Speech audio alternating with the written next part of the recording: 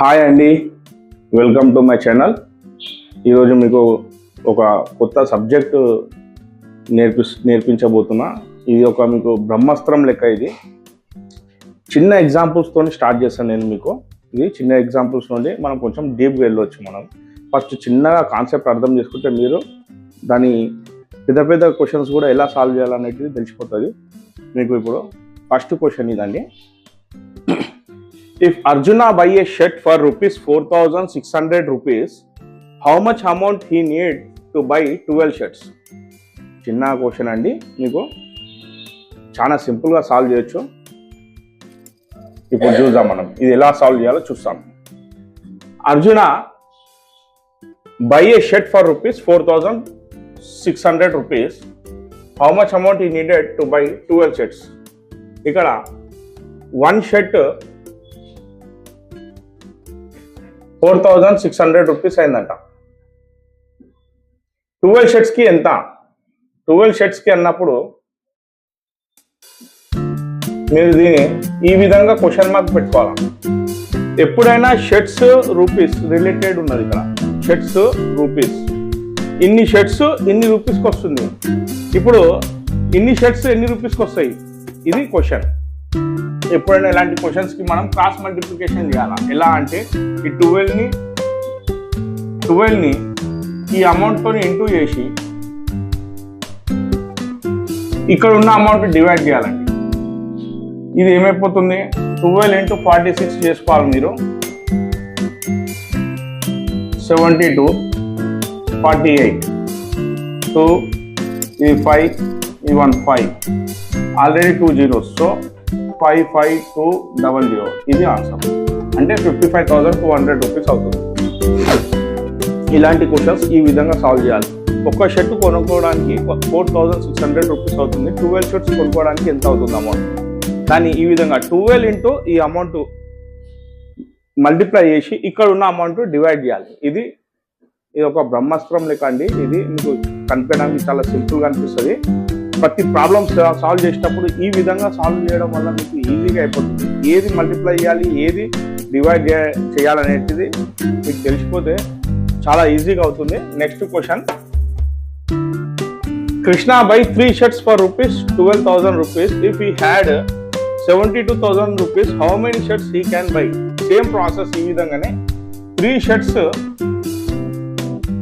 Shirts ఎన్ని రూపాయలకు కొనుక్కోవచ్చు అండి? 12,000 రూపీస్కి కొనవచ్చు. 12,000 రూపీస్. ఇక్కడ చాలా జాగ్రత్తగా వేసుకోవాలి. షర్ట్స్ ఇక్కడ లెఫ్ట్ సైడ్లో వేశారు కాబట్టి రూపీస్ రైట్ సైడ్లో వేశారు. ఇప్పుడు ఏమడుగుతున్నారు, 72,000 రూపీస్ ఉన్నాయంట. హౌ మెనీ షర్ట్స్ కొనుక్కోవచ్చు అంటే how many shirts you can buy అంటే రూపీస్ చెప్పింది ఇక్కడ. అయితే రూపీస్ ప్లేస్లో వేయాలి ఇది మనం. 72,000 రూపీస్ తోటి ఇప్పుడు ఎన్ని షర్ట్స్ బై చేయగలుగుతాం? ఈ విధంగా ఎప్పుడైనా షర్ట్స్ కింద రూపీస్ కింద వేయడం వల్ల మీకు కరెక్ట్ క్యాల్కులేషన్ వస్తుంది. ఇక మీరు వీటికి సంబంధించిన cost price, selling price, percentage ఇలాంటి ఫార్ములాస్ నేర్చుకోవాల్సిన అవసరం లేదు. మీకు సింపుల్ లాజిక్ తెలిస్తే మీరు అన్ని ప్రాబ్లమ్స్ చేసుకోగలుగుతాం. Same way cross multiplication, this one into this 72,000 into 3 divided by 12,000. ఈ 3 సున్నాలు క్యాన్సల్ అండి, ఇలా క్యాన్సిల్ చేసుకోవచ్చు. ఇది 3 1 జా, ఇది 3 4 జా. మిగిలింది ఏంది? 72 into 1 డివైడెడ్ బై 4. 4తోనే అంటే ఎంత అవుతుందండి? 4 1 జా. మిగిలింది ఎంత? 30. 3 మిగులుతుంది. 3 ఇక్కడ క్యారీ అంటే 32 అవుతుంది. 4 32 ఏ టేబుల్లో అవుతుందండి? 8 4 జా 32 అంటే 18. 72 నథింగ్ బట్ 18 into 4, 4 4 క్యాన్సిల్, 18 మిగులుతుంది. అంటే ఈ 18 అనేది ఏంది? 18 షర్ట్స్. నువ్వు 18 is the shirt number. I mean you can buy 18 shirts in 72,000 rupees. ఇది షార్ట్ కట్ ట్రిక్ అండి. ఇది చాలా ఉపయోగపడుతుంది. ప్రతి కాంపిటేటివ్ ఎగ్జామ్లో మీరు ఏది ఎలా ఫైండ్ చేయాలనేది ఈ చిన్న సింపుల్ ట్రిక్ తెలుసుకోవాలి. ఇన్స్టెడ్ ఆఫ్ ఇక్కడ 72,000 ఇక్కడ వేసే బదులు ఇక్కడ వేస్తే మొత్తం క్యాల్కులేషన్ రాంగ్ అయిపోతుంది. రూపీస్ ప్లేస్లో రూపీస్ వేయాలి, షర్ట్స్ ప్లేస్లో షర్ట్స్ వేయాలి. క్వశ్చన్ మార్క్ ఇక్కడ వేయాలా ఇక్కడ వేయాలా అనేది మీరు క్లారిటీ, మీకు ఆ క్లారిటీ ఉంటే మీరు ప్రతి ప్రాబ్లం సాల్వ్ చేయగలుగుతారు ఈజీగా. So let's go to one more question.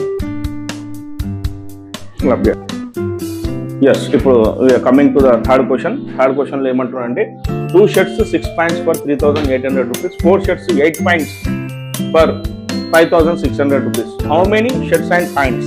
అంటే మీరు ఇక్కడ how many shirts and pints, what is the cost అంటే I mean cost of shirt, cost of pant ఎంత అని అడుగుతుంది ఇక్కడ. ఓకే, ఇప్పుడు ఇలాంటి ప్రాబ్లమ్స్ ఎలా సాల్వ్ చేయాలంటే 2 shirts అంటే సిమిలర్ క్వశ్చన్స్ ఏవైతే ఉన్నాయో, సిమిలర్ ఆబ్జెక్ట్స్ గురించి ఏదైతే డిస్కషన్ చేస్తారో అప్పుడు దాన్ని మొత్తం ఒక వేరియబుల్ కింద ట్రీట్ చేయాలి. షర్ట్స్ ప్యాంట్స్ గురించి డిస్కషన్ చేస్తున్నారు ఇక్కడ. అయితే ఇప్పుడు షర్ట్స్ ని ఒక ఎక్స్ అనుకుందాం, మనం వైని ఒక ప్యాంట్స్ కి ఒక వై అనుకుందాం. వీటి నుండి ఒక ఎక్స్ప్రెషన్ మనం తీసుకుని రావాలా, సాల్వ్ చేసి ఎక్స్ వాల్యూ ఎంత, వై వాల్యూ ఎంత, అంటే షర్ట్ వాల్యూ ఎంత, పాయింట్ వాల్యూ ఎంత అనేది మనం కనుక్కోవడానికి ఒక వేరియబుల్స్ లో మనం ట్రీట్ చేసుకొని ఒక ఈక్వేషన్ ఫామ్ చేసుకొని దాన్ని సాల్వ్ చేసుకొని మనం వాల్యూస్ ఫైండ్ అవుట్ చేసుకోవచ్చు అండి.